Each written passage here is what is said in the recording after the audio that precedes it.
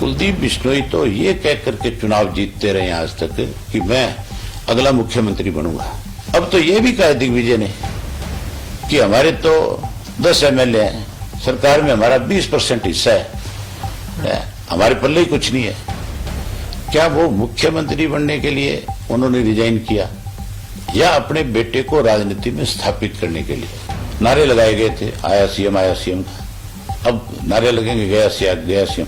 अब ये जब वोट मांगने जाएंगे तो क्या एजेंडा इनके पास, क्या कहेंगे? लोग जब पूछेंगे सामने से वे इस्तीफे की नौबत क्यों आई, जरूरत क्या पड़ी, तो बताओ इसका क्या जवाब इनके पास? हमारा तो मकसद था कि हरियाणा टैक्स फ्री सिटी बने जिसमें ज्यादा से ज्यादा पैसा आए। एक तरफ गठबंधन की बात करते हैं, एक तरफ पूर्ण बहुमत मांगते हैं। पूर्ण बहुमत तो तब मांगे आदमी जब अपनी लड़ाई लड़े। हमने अपनी पार्टी की मीटिंग बुलाई है 6 तारीख को हिसार में। हम अपनी मीटिंग करने जा रहे हैं स्टेट बॉडी की, जहां हम अपने पदाधिकारियों को, पार्टी के नेताओं को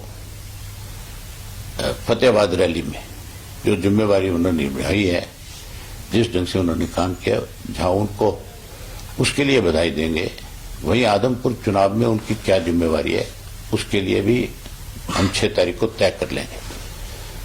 और उसके बाद 8 तारीख से 12 तारीख तक 4 दिन मैं लगातार स्वयं हल्के में जाऊंगा और हल्के में जाकर के लोगों से मिल करके, बात करके, कार्यकर्ताओं से पूछ करके हम अपनी पार्टी का प्रत्याशी तय करेंगे। वहीं एक बात और लोगों से जरूर पूछूंगा कि इस उपचुनाव की जरूरत क्यों पड़ी, ये उपचुनाव किन परिस्थितियों में हो रहा है, ये परिस्थितियां किसने पैदा करी, इसके लिए कौन जिम्मेवार है। ये उपचुनाव जो है, ये इस्तीफा कोई इस बात के लिए नहीं दिया गया था कि कोई मेजर रीजन हो गया जिसकी वजह से इस्तीफा देना पड़े। मैंने तो इस्तीफा दिया था तो किसान आंदोलन चल रहा था, केंद्र की सरकार किसान को कमजोर कर रही थी, उसको जमीन से बेदखल कर रही थी, कहीं किसान की रोजी रोटी छीनने का काम कर रही थी। मैंने तो उन हालात में किसानों की लड़ाई लड़ने के लिए इस्तीफा दिया था, अपने हल्के के एक एक व्यक्ति से पूछ करके, बात करके फिर रिजाइन करने का काम किया था। कुलदीप बिश्नोई ने क्यों इस्तीफा दिया, ये पूछने वाली बात है। कुलदीप बिश्नोई तो ये कह करके चुनाव जीतते रहे आज तक कि मैं अगला मुख्यमंत्री बनूंगा। क्या वो मुख्यमंत्री बनने के लिए उन्होंने रिजाइन किया या अपने बेटे को राजनीति में स्थापित करने के लिए? ये इस्तीफा लोगों के हितों में नहीं दिया गया, ये इस्तीफा स्वार्थ में दिया गया है, अपने स्वार्थ की पूर्ति के लिए, अपने आप को कहीं ईडी से, इनकम टैक्स से, सीबीआई से, इन एजेंसियों से बचाने के लिए दिया गया है। तो आप ये मान के चलो कि लोग जो है हर हालत में, कोई मूर्ख नहीं है, लोग बहुत सोच समझ करके फैसला करेंगे। इन्होंने जहां लोकसभा में इनको बुरी तरह हराने का काम किया था, इस विधानसभा के चुनाव में भी, उपचुनाव में भी लोग इनको सबक देंगे। अब ये जब वोट मांगने जाएंगे तो क्या एजेंडा इनके पास, क्या कहेंगे? लोग जब पूछेंगे सामने से वे इस्तीफे की नौबत क्यों आई, जरूरत क्या पड़ी, तो बताओ इसका क्या जवाब इनके पास? हर गांव में लोग ये सवाल करेंगे, पूछेंगे कि क्यों इस्तीफा दिया है। इंटरनेशनल लोकदल की बात करें तो किन मुद्दों के साथ वो जनता के बीच में जाने का काम किया जाएगा? ये जो लुटेरों का गिरोह 3 साल से इस प्रदेश को लूट रहा है, जिसको आप गठबंधन की सरकार कहते हो, जो इन्होंने लूट मचाई है, जो जो इन्होंने घपले घोटाले किए लोगों के बीच में, वो सारे उजागर करेंगे। उसके साथ साथ ये भी पूछेंगे लोगों से कि इनसे पूछो, सवाल करो कि किस लिए चुनाव लड़ रहे, क्या जरूरत पड़ी है। हमारे पास तो बहुत मुद्दे हैं, ये क्या कह करके चुनाव लड़ेंगे, इनके पास कौन सा मुद्दा है? सर, दुष्यंत चौटाला कह रहे हैं कि दिग्विजय चौटाला कह रहे हैं कि दुष्यंत चौटाला को हरियाणा की जनता सीएम के तौर पर देखना चाहती है। तो ये बात तो कह करके चुनाव भी लड़ा था, फिर तो जाकर के मिनिस्ट्री क्यों ली, फिर तो चीफ मिनिस्टर की लड़ाई लड़नी चाहिए थी। जो व्यक्ति पहले दिन से ये कह रहे थे कि हमने तो नारे लगाए गए थे आया सीएम का, अब नारे लगेंगे गया सीएम, ये उसके कहने से चीफ मिनिस्टर कैसे बन जाएगा? जिनके पास 10 एमएलए हैं और जो ये कहते हैं कि हम ये गठबंधन का धर्म निभाएंगे, अगर मान लो कल को बीजेपी के साथ ये दोबारा चुनाव मैदान में भी आते हैं गठबंधन के साथ, तो फिर चीफ मिनिस्टर का कैंडिडेट कैसे हो जाएगा? बीजेपी इनको कितनी सीटें देगी? ये तो खाली सारा दिन लोगों के अंदर कैसे, तो कुछ तो बोलेंगे बेचारे, कुछ तो कहना ही पड़ेगा।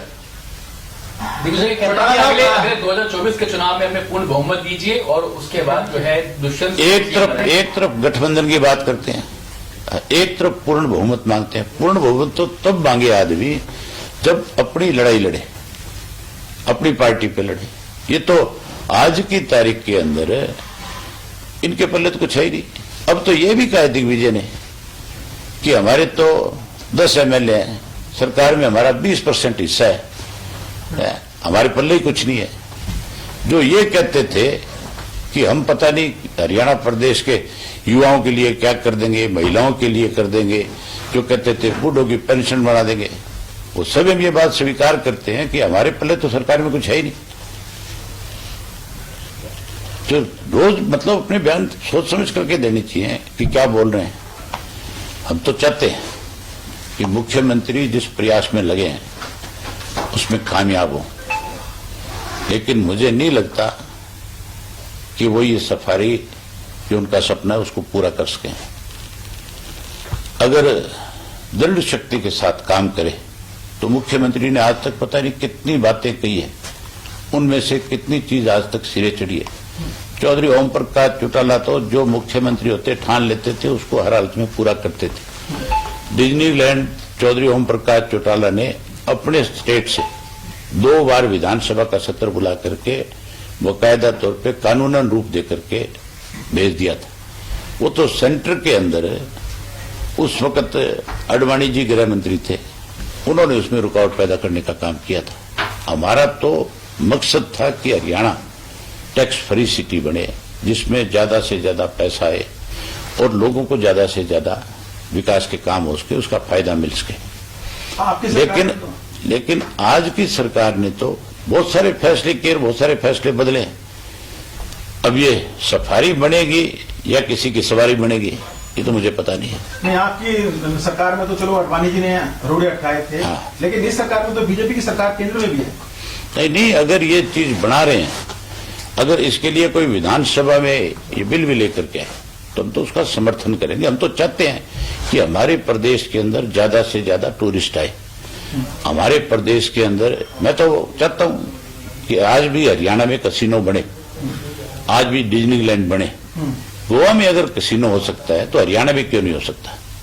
हरियाणा में तो 1 नंबर में नहीं है ना सर, वो तो 2 नंबर में नहीं, 2 नंबर में नहीं है। वहां पे भी जो कसिनो बने हुए हैं उनको बाकायदा तौर पे परमिट मिले हुए हैं, वो बाकायदा तौर पे फीस भरते हैं सालाना। वो कोई ये नहीं है। तो हरियाणा में जमीन पे अगर पानी पे लाइसेंस दे रहे हो आप तो जमीन पे दे दो, क्या दिक्कत है?